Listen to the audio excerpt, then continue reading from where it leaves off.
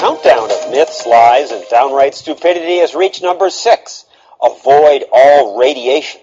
That's certainly the message we've been hearing from the media. Everyone I touch is poisoned. Hollywood films have long portrayed radiation as evil and powerful.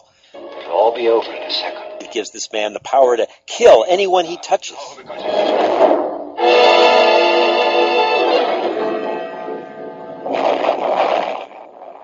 Fear of radiation was widespread even before the U.S. dropped bombs on Hiroshima and Nagasaki. In Japan, the blasts themselves killed more than 200,000 people, and many others died later from radiation exposure. 30% of the city's population was killed, some by radioactive gamma rays. The New York Times wrote article after article about how radiation would change Japanese lives for centuries, that there would be genetic damage, defects for the next 1,000 years. But surprise, so far no such damage has appeared. Yet we have grown up with the fears that radiation would cause all these deformed children.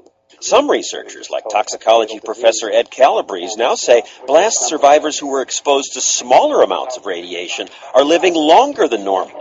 And in small doses, radiation may even be good for you. How can any of it be good for you? It's all in the dose. What's going on at low doses is often seen to enhance immune performance and enhance longevity. Researchers exposed these mice to small amounts of radiation and concluded it may have slowed their aging. The irradiated mice had more energy and shinier fur. We find that at low doses, you can actually extend the lifespan of the mice. What you're saying is that a little radiation works kind of like a vaccine to protect people? That's true. It's why in Europe, some people now bathe in radioactive water, saying it's good for them. And this was a uranium mine. And in Montana, some Americans spend time in these old mines where they breathe in radioactive gas. There's got to be something to it, because we both feel better when we leave here. We sleep better. Now, many scientists say this is nonsense or dangerous, and it's yet to be proven that low-dose radiation is beneficial. But they do agree that the hysteria about radiation is hysteria. Get everybody into safety areas and make sure that they stay there. In 1979, the movie The China Syndrome set the stage for panic. What is it?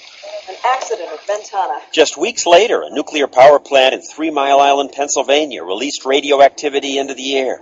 People fled. We're just going to go as far as Harrisburg for right now. Please stand by with your doors and windows closed. And many people thought the real bad news was being kept from them. It's a lot worse than what they're telling us. Typical lies. In truth, the people living in the area were exposed to an average of 6.5 millirems of radiation.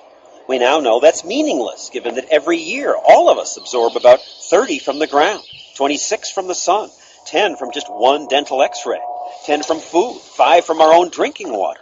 The reason the general public is afraid of nuclear energy is because of the scare campaigns of groups like Greenpeace. Patrick Moore co-founded Greenpeace.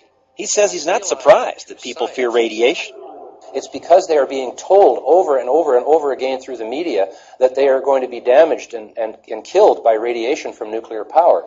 Moore is now at odds with his former friends. He's now a consultant for the nuclear power industry. Not a single person is being killed in the nuclear industry, and people are wanting to ban it. It's pure scare tactics. But what about that accident at the Chernobyl nuclear power plant in the Ukraine? It terrified the world.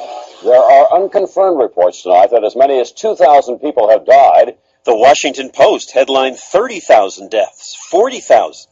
Worse than the A-bombs, they said. And how many people did die in Chernobyl? I know it was in the tens of thousands. I don't know, 50 or 100,000.